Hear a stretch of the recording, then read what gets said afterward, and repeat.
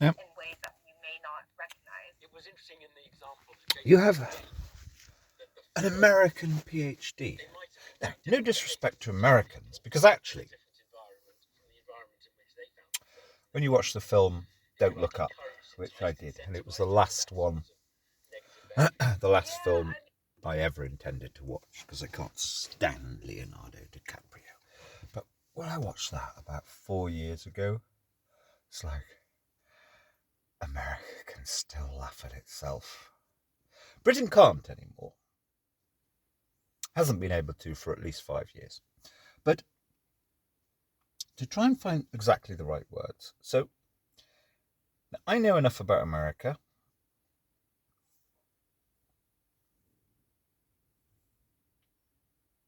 Like 20 years ago, you had this whole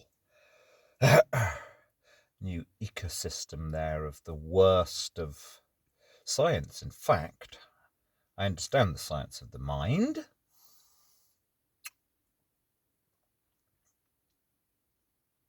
I mean, it's almost impossible to sum it up, but you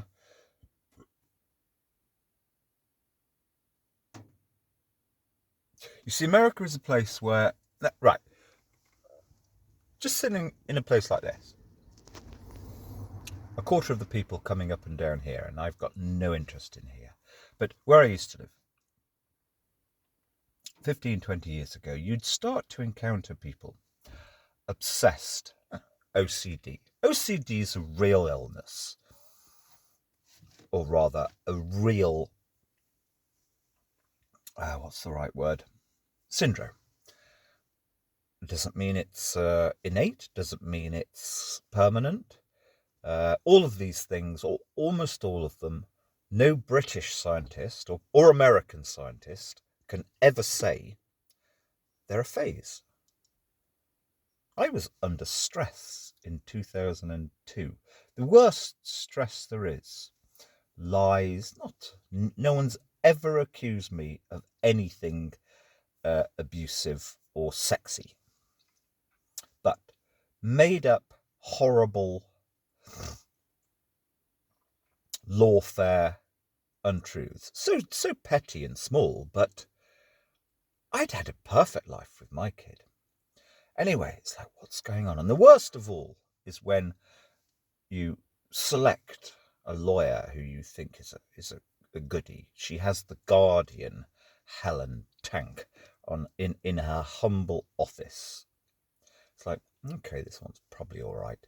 And then you actually get letters from your own lawyer, which are replies to letters that you never sent.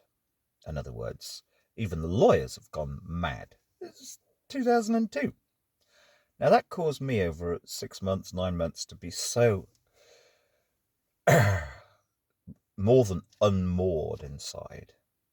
And I started to, when I went to the bathroom in the morning, I'd be like, oh my God, I've got this terrible body smell. Where's that come from? That's it. I'm now old and rancid forever. It really, really inside of me. It was kind of the beginning of the end. But without a doubt, it was a kind of shock response that you could call it a kind of an OCD. And 3 or 4 months later, the thing about all of these things is that they stop. You don't notice they stop. You don't say a month later, oh, I should learn from that. A bit of my head went into a bit of a neurotic mode. What was I talking about? Why have I turned this camera on? Yes. I am extremely well read, not because it's a thing of mine, not because I'm a nerd, to quote the magnificent goddess of the word, Suzy Roach, and her gang. It's like one wants to try and understand. And almost all of psychology, is just an approximation, but so much of it is based on I mean, they study. Their whole gig is, oh, we do these magnificent, great big experiments that find certain things about the human condition, the mind. But they're based on, like, cohorts of the students. And that's a bit of a dead-end way of looking at it, but the cultural construct is massive, and the cultural construct is, and of course you can't say that because a load of really wonky obsessives went and turned that into something else. This so-called post-truth modernism, blah blah blah. But let's try and get to a point here. I've actually forgotten why I turned the camera on. I mean, all that matters is banana sandwiches. Literally, that isn't like some silly tagline. Why have I turned the camera on?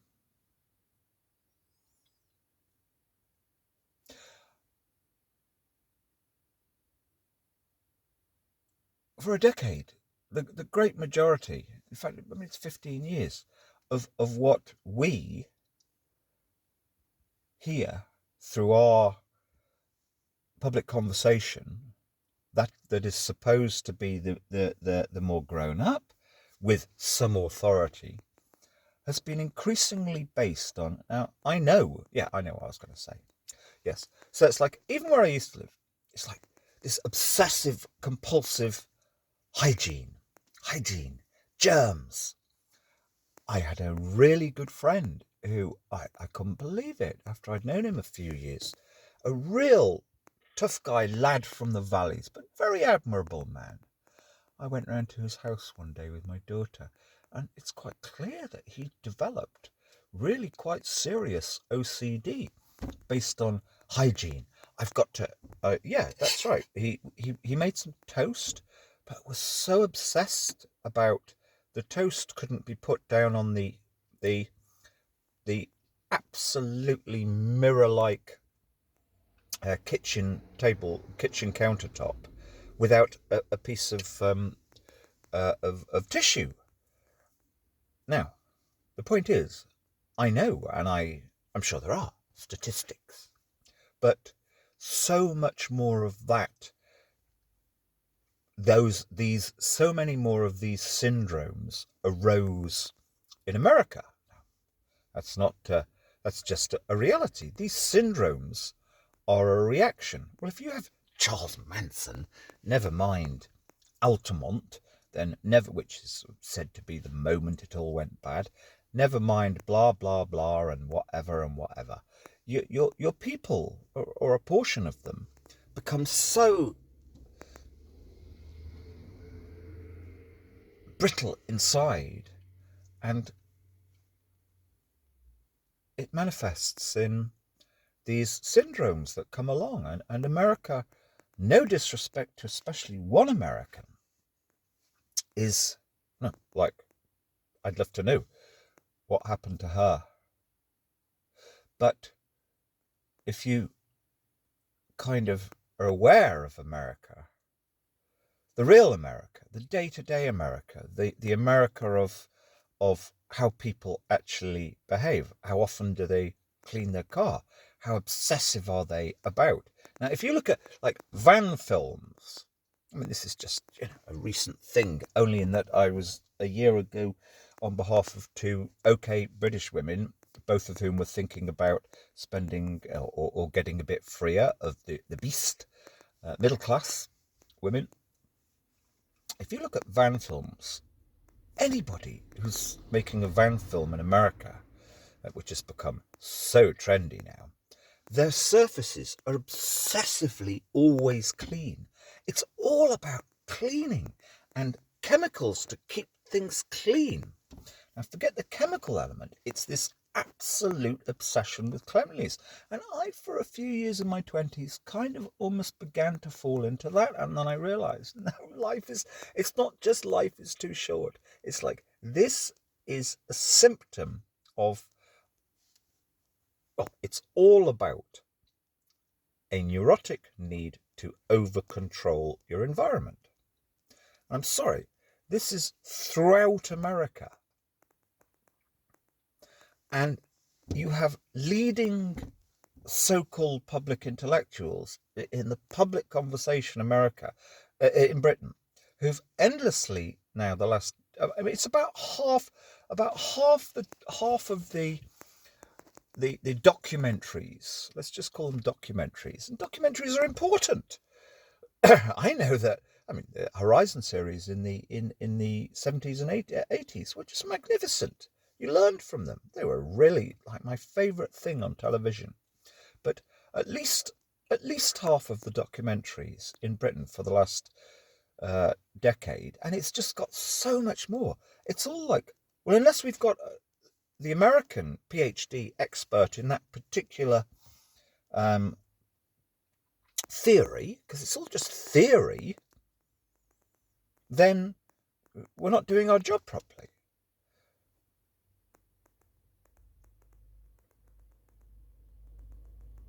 But none are aware. I spent enough time moving through and spending reasonably long periods of time in America.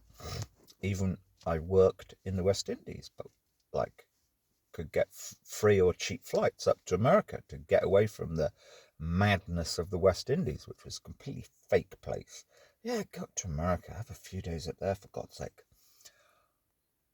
These are the things. I mean, I make jokes. It's like the first time I went to America, you get in a lift and you see great big signage everywhere. But here's the thing. In Britain, you would have seen signage saying, no, I'm going to actually misspeak here, but you would see signage saying, this lift is constructed to carry about 8 people. Now, of course, it wouldn't say about 8 people, but in America, it would be, this lift is constructed to carry 532.5 pounds exactly.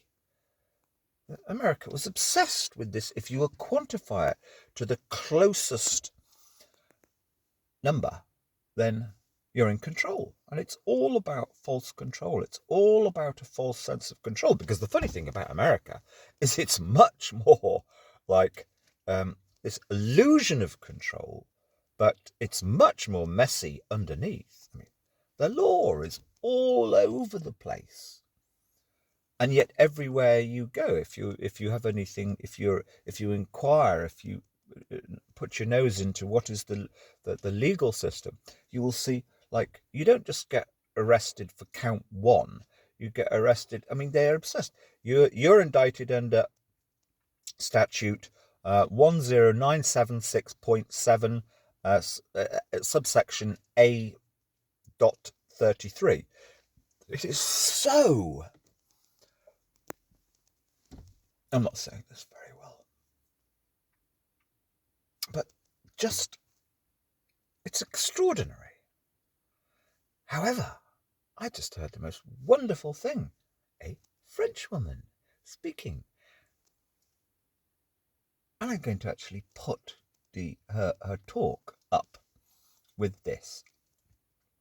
But now I only wish to not be in Britain. However, the problem is, even there, you have a magnificent woman, whose name I believe was Simone. Oh, I can't be bothered to look it up.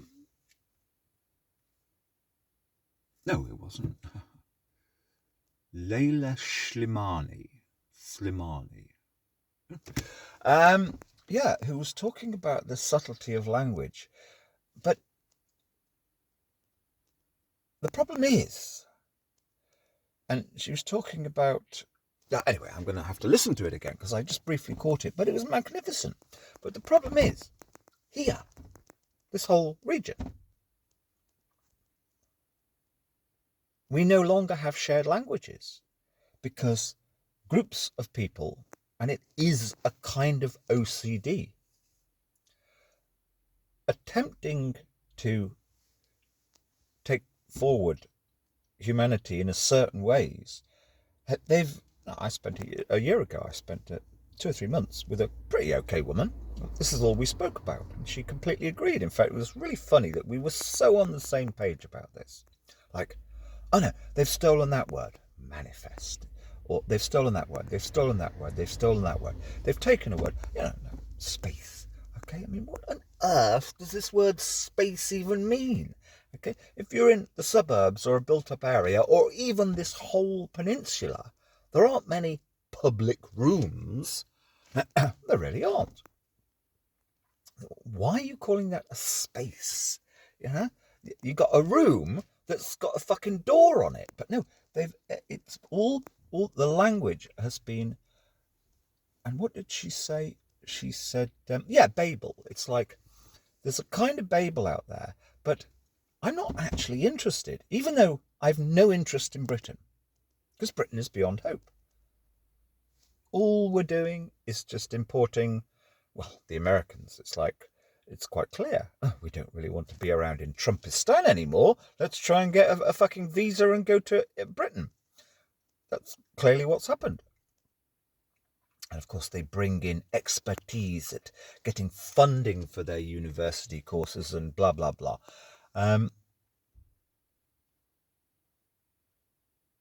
Even your Laylas, though, it's displacing the real problem. The real problem is there is no shared lexicon anymore in Britain. There are half a dozen different Babels almost. Now, all I care about is relations with Europeans, for example, or the one sane American. That's all I care about inside of me. But I know it's much more important that our public conversation analyzes, yeah, but what about the massive weird problems we have in communication within our own nation, within our own society? No. This is all othering. What I mean by that, it's like, oh, the problem between people with different passports is so much more serious. That's all we're going to talk about. And that's the easier thing to talk about. I mean, it's obvious that, yeah, she was talking about the richness of the French language and how she adores the modern French language, and they have to be cautious of the requirement almost to keep it some sort of pure language from times gone by. Absolutely, every language is bastardized.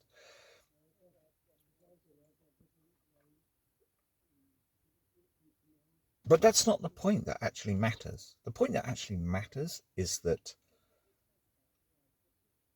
there are only a certain amount of people in any society who may be a bit thoughtful about what's going on in their extended community. And I know for a fact it's been a very dull story of the last 20 years of my life. There are those, and I have several close acquaintances, let's call them, women who completely agree. It's like we've ended up in these little silos, but the silos are so ego mad. None of these practitioners, but they wouldn't even allow themselves to be called practitioners. None of these people who are after grants and use of the public rooms to do their thing would even allow the following. They don't think that their use of the words that they've co-opted for their PR, for their workshops, to sell themselves and their ridiculously failed product. Call it wellness, call it whatever you want, call it, well, it's actually confected vulnerability is exactly what it is. But they don't stand up and say, for those of you who don't know what I mean by this is a safe space, or no, that's a bad example, or I'm going to now hold the space. For those of you who don't know what it means, what my made up gobbledygook means, or why I need to be using a newly concocted, alchemized. There you go. That's the other one of the dozens of words. Everything's got to be alchemized now. I'm sorry. No, they wouldn't think. You see, this just shows how this siloing is so inhumane. Because if you, and okay, good. I'm glad I remember this, and I'll end now. You see, I realised going around just randomly, freelance, speaking with people about our environment in the past region. I only think of 30-kilometre circles. My past region. Yeah, I realised about 10 years ago, you can't even say, if you say in conversation, well, I spoke to her about perhaps a better idea of how she's going to get elected as a Green MP. They will all go, you can't say that. You can't. That's the problem. You're speaking to her. This is somebody I've known fucking 20 years. So I adapted myself. I changed my, not because I was told off, because it's like a waste of time. Like every time you say something like that. Oh no, well that's the problem. You mustn't speak to people. Really. So if you're going to get arrested for selling false, selling supplements or voodoo under false pretenses or homeopathy, all of these things, and the judge is saying, I'm speaking to you there. Are you going to tell him or her that they're breaking the rules of new speak, big brother, big sister speak? You're going to tell them, right? Yeah, fuck off. Okay, but it's like, I'm not stupid. I'm very stupid to even bother having persisted. But yeah, I kind of like, God, what a waste of time. Every time you, so I went through a phase of like, I just say it a little bit more. No, that sounds like deliberate antagonism. No, I actually did kind of think, okay, I'm going to change my language. Nobody told me to. I shared with her. I shared with Celia, the Green MP, that, okay, there could be proper support put in for you. Here it is in writing. Okay, that if you stand for there's nobody else standing in the constituency as a Green candidate, that there is guaranteed 10 hours a week gardening and cleaning support for you if you actually do what you said you were going to do. Yeah? I shared that with her. So I've changed. It's not reticently, it's like as an act of absurdist performance art. But I am totally sincere. I don't say, oh, I shared with this person that we need to do that in the community. Wink, wink. I actually stood behind her with a fucking gun pointed at her and said, this is the only way we're going to actually feed some more people via this food bank. Now, I'm not like that. I'm not stupid. But the point is, yeah, it's like, well, I've made the point. And if you're too thick to get it, tough titties to you and your children.